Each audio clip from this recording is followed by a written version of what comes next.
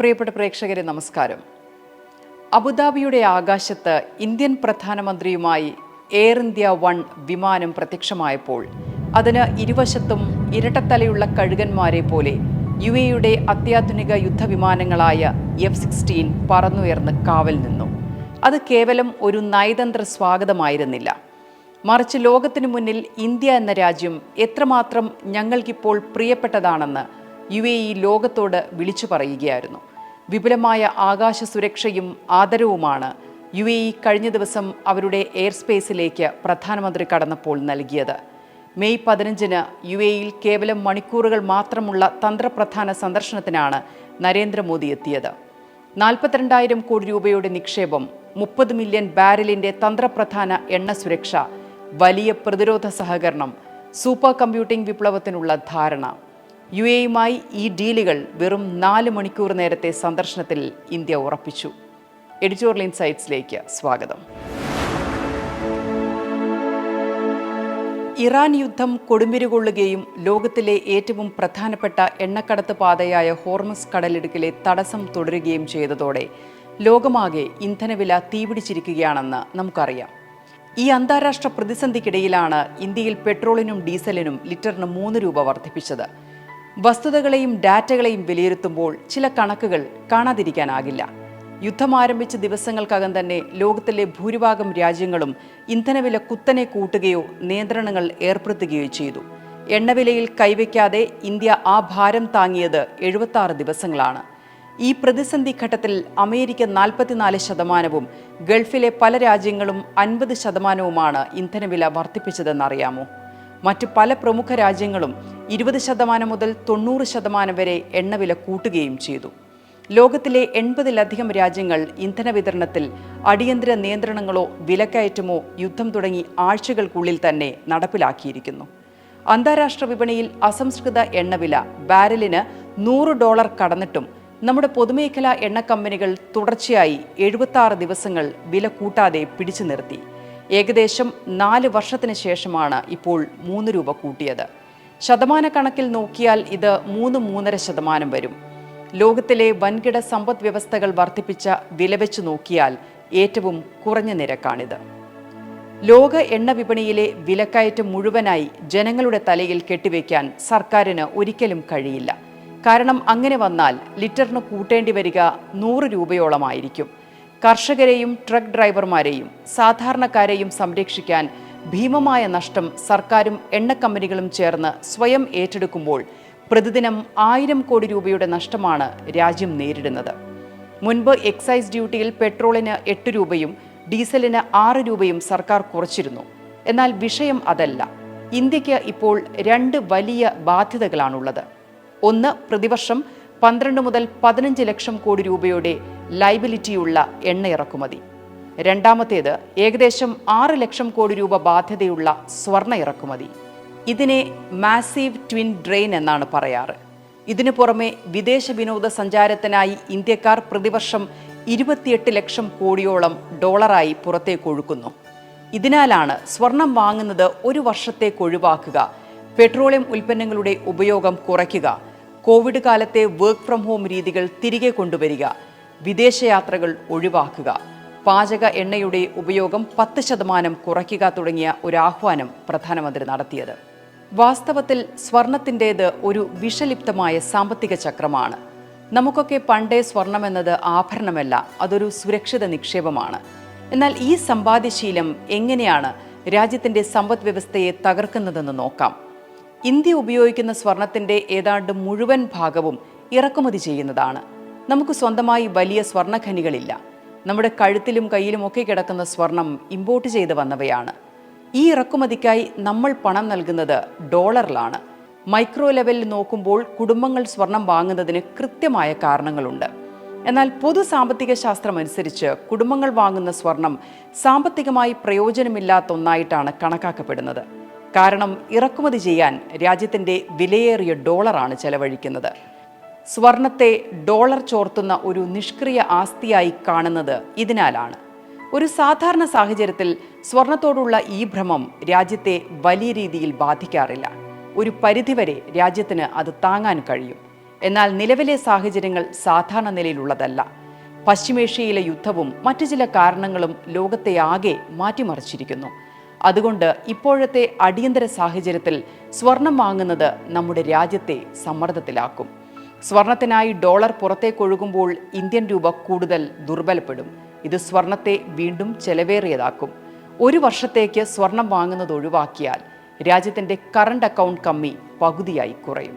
അതുപോലെ നമ്മുടെ അടുക്കളകളിൽ ഉപയോഗിക്കുന്ന വെളിച്ചെണ്ണ ഒഴികെയുള്ള ഭൂരിഭാഗം പാചക എണ്ണകളും പാമോയിലാകട്ടെ, സോയാബീൻ ഓയിലാകട്ടെ, സൂര്യകാന്തി എണ്ണയാകട്ടെ, അവയെല്ലാം മലേഷ്യ, ഇന്തോനേഷ്യ, ഉക്രൈൻ തുടങ്ങിയ രാജ്യങ്ങളിൽ നിന്ന് ഇറക്കുമതി ചെയ്യുന്നതാണ്. ഭൂരിഭാഗം ഇടപാടുകളും ഡോളറിലാണ്. ഓരോ ഇന്ത്യക്കാരനും തൻ്റെ വീട്ടിലെ എണ്ണ ഉപയോഗം 10% കുറച്ചാൽ രാജ്യം വിദേശത്തേക്ക് നൽകേണ്ടി വരുന്ന കോടിക്കണക്കിന് ഡോളർ ലാഭിക്കാൻ കഴിയും. അതുപോലെ തന്നെയാണ് രാസവളങ്ങളുടെ കാര്യവും. പ്രകൃതിദത്ത കൃഷി രീതികളിലേക്ക് മാറുന്നതിലൂടെ വിദേശത്ത് നിന്നുള്ള വളം ഇറക്കുമതി കുറയ്ക്കാനും ഫോറക്സ് റിസർവ് സംരക്ഷിക്കാനും സാധിക്കും. കാരണം കർഷകരെ സംരക്ഷിക്കാൻ സർക്കാർ എപ്പോഴും വലിയ തോതിൽ സബ്സിഡി നൽകുന്നുണ്ട്. വിപണിയിൽ 2200 രൂപ വിലയുള്ള രാസവള ചാക്ക് കർഷകർക്ക് വെറും 242 രൂപയ്ക്കാണ് സർക്കാർ നൽകുന്നത്. ഇതിനായി 2.25 ലക്ഷം കോടി രൂപയുടെ സബ്സിഡിയാണ് രാജ്യം നൽകുന്നത്. നാനോ യൂറിയ പോലുള്ള തദ്ദേശീയ ബദലുകളിലേക്ക് മാറണമെന്ന് പറയുന്നത് ഇതിനാലാണ്. അതായത് ഈ കെട്ടകാലത്ത് ഡോളറിൽ നമുക്ക് പേ ചെയ്യേണ്ടി വരുന്ന ചെലവുകളെ കഴിയുന്നത്ര ഓരോ ഇന്ത്യക്കാരനും നിയന്ത്രിക്കുക. നിങ്ങൾ ശ്രദ്ധിച്ചോ, സ്വർണവും എണ്ണയും നിയന്ത്രിക്കണമെന്ന പ്രധാനമന്ത്രിയുടെ ആഹ്വാനം വരുന്നത് ഡൊണാൾഡ് ട്രംപ് ബീജിംഗിൽ വിമാനമിറങ്ങുന്നതിന് തൊട്ടുമുമ്പാണ്. അമേരിക്കയും ചൈനയും തമ്മിലുള്ള ബന്ധം എങ്ങനെ മാറിയാലും നിലവിലെ ഇന്ത്യൻ പ്രൊഫൈലിനെ ബാധിക്കാവുന്നതാണ്. വരാനിരിക്കുന്ന വലിയൊരു സാമ്പത്തിക അസ്ഥിരതയെ നേരിടാനുള്ള ഇന്ത്യയുടെ തന്ത്രപരമായ പ്രതിരോധമാണ് ചില ഇറക്കുമതിക്കുള്ള നയതന്ത്രങ്ങൾ. ഒരു പ്രതിസന്ധി ഘട്ടത്തിൽ ഇന്ത്യയുടെ വിദേശ നാണ്യ ശേഖരം അതിവേഗം ചോർന്നു പോകാതിരിക്കാനാണ് സ്വർണം, പെട്രോളിയം ഉൽപ്പന്നങ്ങൾ, ഭക്ഷ്യ എണ്ണകൾ, വിദേശയാത്രകൾ തുടങ്ങിയ അത്യാവശ്യമല്ലാത്ത ഡോളർ ചെലവുകൾ മുൻകൂട്ടി തന്നെ ചുരുക്കാൻ രാജ്യം തയ്യാറെടുക്കുന്നത്. 1991 വിദേശ നാണ്യ പ്രതിസന്ധി, 2013 സാമ്പത്തിക തളർച്ച, കോവിഡ് കാലത്തെ ലോക്ക്ഡൌൺ തുടങ്ങിയ പാഠങ്ങൾ ഉൾക്കൊണ്ടാണ് രാജ്യം ഇപ്പോൾ മുൻകരുതലെടുക്കുന്നത്. ഹോർമുസ് കടലിടുക്കിലെ അസ്ഥിരതയും ഡീഡോളറൈസേഷൻ ചർച്ചകളും നിലനിൽക്കുന്ന ഈ സാഹചര്യത്തിൽ ഫോറക്സ് റിസർവ് സംരക്ഷിക്കേണ്ടത് ഇന്ത്യയുടെ ആവശ്യമാണെന്ന് മനസ്സിലായല്ലോ. വരാനിരിക്കുന്ന ആഗോള സാമ്പത്തിക ആഘാതങ്ങൾക്ക് മുന്നേ രാജ്യത്തിന് പുറത്തേക്കുള്ള ഡോളറിന്റെ ഒഴുക്ക് നിയന്ത്രിച്ച് രാജ്യത്തെ സുരക്ഷിതമാക്കാനുള്ള ഒരു തന്ത്രപരമായ ദേശീയ നീക്കമാണിത്. അത് മനസ്സിലാകാത്തവർ എന്തെങ്കിലുമൊക്കെ അപക്വമായി പറയുന്നുണ്ടാകാം. കാരണം കണ്ണു തുറന്ന് കാണേണ്ട ചില കാര്യങ്ങൾ കൂടിയുണ്ട്. ചില പ്രതിസന്ധികൾ തുടങ്ങിയിട്ടേയുള്ളൂ. ലോകമാകെ ഒരു ചെറിയ മരവിപ്പ് പടരുന്നുണ്ട്.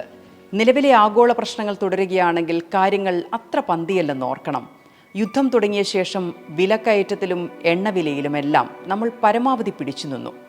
ഓർക്കണം, തദ്ദേശീയമായി എണ്ണ ഉൽപ്പാദിപ്പിക്കുന്ന രാജ്യമായിട്ടുകൂടി അമേരിക്കയിൽ പെട്രോൾ വില ഗാലന് $4 മുകളിലേക്ക് കുതിച്ചുയർന്നു.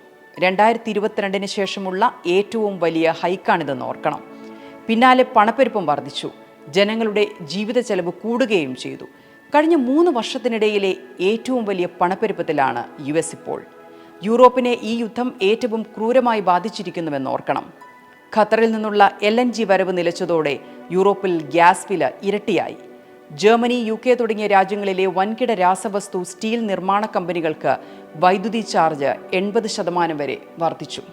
ജർമ്മനി, UK തുടങ്ങിയ രാജ്യങ്ങളിലെ വൻകിട രാസവസ്തു, സ്റ്റീൽ നിർമ്മാണ കമ്പനികൾക്ക് വൈദ്യുതി ചാർജ് 30% വരെ വർദ്ധിച്ചു. ഇത് യൂറോപ്യൻ വ്യവസായ മേഖലയെ കടുത്ത സാമ്പത്തിക മാന്ദ്യത്തിലേക്ക് തള്ളിവിട്ടിരിക്കുകയാണ്. എന്തിന്, മലയാളികൾ തിങ്ങി നിറഞ്ഞിരിക്കുന്ന ഗൾഫ് രാജ്യങ്ങളെ നോക്കൂ. ഏതാണ്ട് ഭക്ഷണ അടിയന്തര അവസ്ഥയാണ് പലയിടത്തും വരാൻ പോകുന്നത്. പച്ചക്കറികൾക്കും പഴങ്ങൾക്കും ഇരട്ടിയോളമാണ് വില കൂടിയിരിക്കുന്നത്. കപ്പൽ ഗതാഗതം തടസ്സപ്പെട്ടതോടെ പല റീറ്റെയിൽ കമ്പനികളും വിമാനമാർഗമാണ് ഇപ്പോൾ നിത്യോപയോഗ സാധനങ്ങൾ എത്തിക്കുന്നത്. അത് കാരണം അവിടെ ഭക്ഷണ സാധനങ്ങൾക്ക് 120% വരെ വില കൂടിയിട്ടുണ്ട്.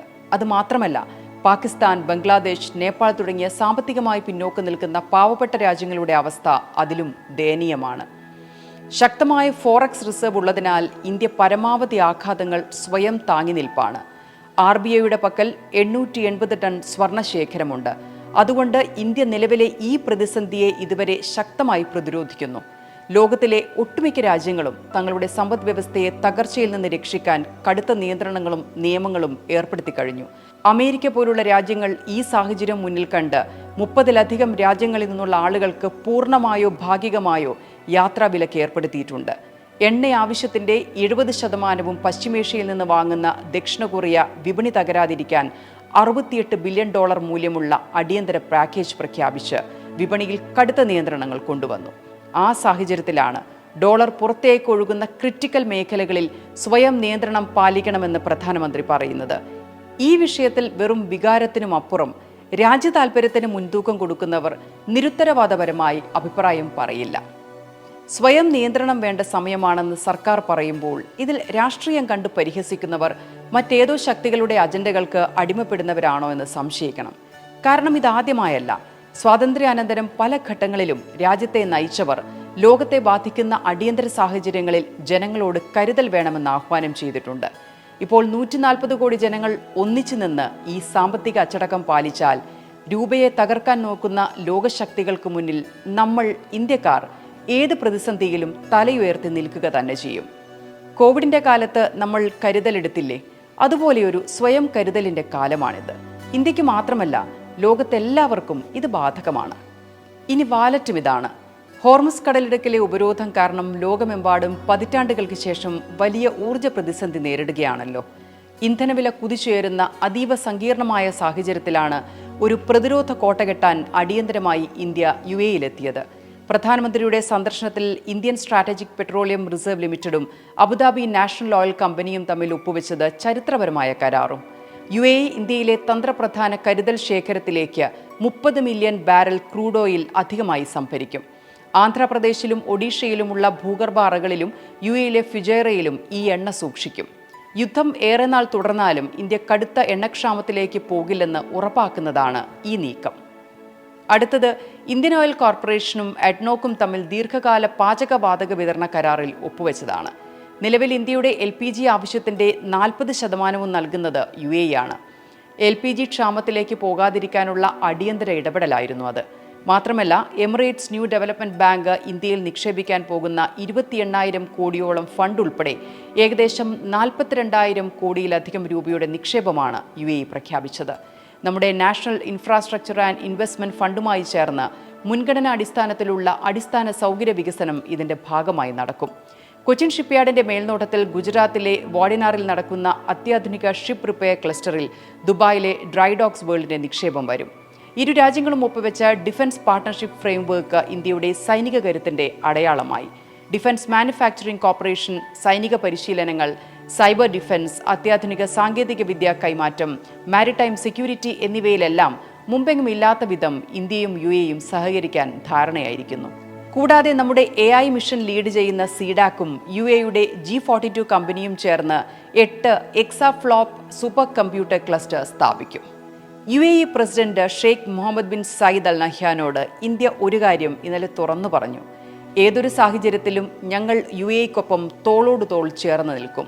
ആ ആത്മബന്ധം കൊണ്ടാണ് 42,000 കോടി രൂപയുടെ നിക്ഷേപവും 30 മില്യൺ ബാരലിന്റെ തന്ത്രപ്രധാന എണ്ണ സുരക്ഷയും വലിയ പ്രതിരോധ സഹകരണവും ഉൾപ്പെടെയുള്ള ഡീലുകൾ വെറും 4 മണിക്കൂർ നേരം കൊണ്ട് ഇന്ത്യ ഉറപ്പിച്ചത്. ഈ ഇടപാടുകൾ ഭൂരിഭാഗവും ഇന്ത്യൻ രൂപയിലോ ദിർഹത്തിലോ ആയിരിക്കും. കാരണം പുതിയ കാലത്തെ ആയുധം മിസൈലോ കുഴിബോംബോ മാത്രമല്ല, കറൻസിയുമാണ്. ഡോളർ എന്ന ആ ആയുധത്തിന് പകരം വെക്കാൻ UAE പോലെയുള്ള ഉറ്റ ചങ്ങാതിമാരെയാണ് ഇന്ത്യ ഇപ്പോൾ ചേർത്ത് നിർത്തുന്നത്. എഡിറ്റോറിയൽ ഇൻസൈറ്റ്സിലേക്ക് അഭിപ്രായങ്ങൾ അറിയിക്കുക. Thank you for watching channeliam.com.